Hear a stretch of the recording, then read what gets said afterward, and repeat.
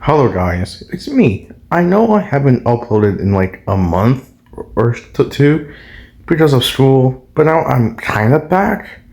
A couple of weeks ago, I watched a video from Talking History and Thomas Maximus about Soviet propaganda movie called The Fall of Berlin.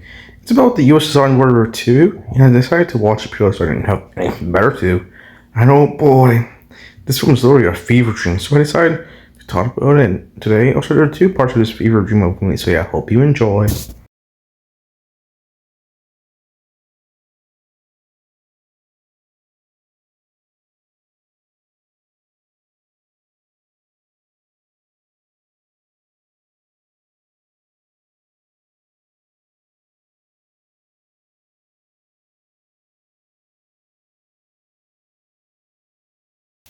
The film starts with communist youth singing. The children and their teacher Natasha decide to go on a field trip to a steel factory.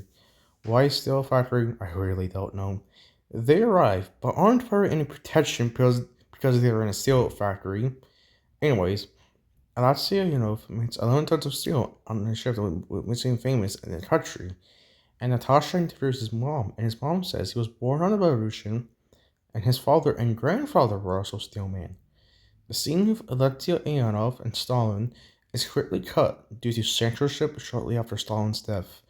The following scene showed Stalin giving Leonov dating advice, and him and Stalin dining with other Soviet leaders was removed due to the appearance of a certain character. There were real German POWs in the film.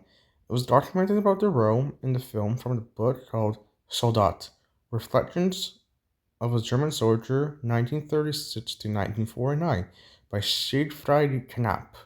Chapter 34. During the winter of 1946 to 1947, the Russians made a movie about the Battle for Moscow that took place in December 1941, and they forced us who were in uniform to play the role of the German army in that movie.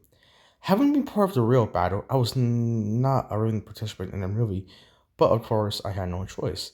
They set up popular German airplanes to whip the snow into faces and correct the effect of a winter gale. Of course, the starry state of uniforms made as a rather pathetic looking army, but that probably fit neatly into their propaganda objectives. Hans Krebs goes to the Soviets to negotiate a surrender, sends to the general to cease fire. As May 1st is a national day for Soviets, with the general saying, "Don't worry, we will have a nice 1st of May in Berlin too." The only thing from that's right is Hans Krebs could speak Russian, but I wouldn't count this as accurate, as every German in the film speaks Russian.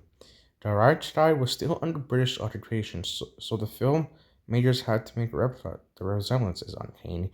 And the most alternative history in this film is when Stalin's plane lands into Berlin and he comes out. Actually, when Stalin saw this, he really started crying, saying, only if I had gone to Berlin." The film ends with Stalin wishing all peace and happiness. Yeah, this movie is clearly a propaganda and favorite dream movie. I like this quote from Lieutenant Colonel Yevgeny Chernov of Warren and said, "And where did this angel come from? We have not seen him there." He was later arrested and condemned to 8 years in Gulag. Pretty funny if you ask me. That's everything for today. See you sometime in the future.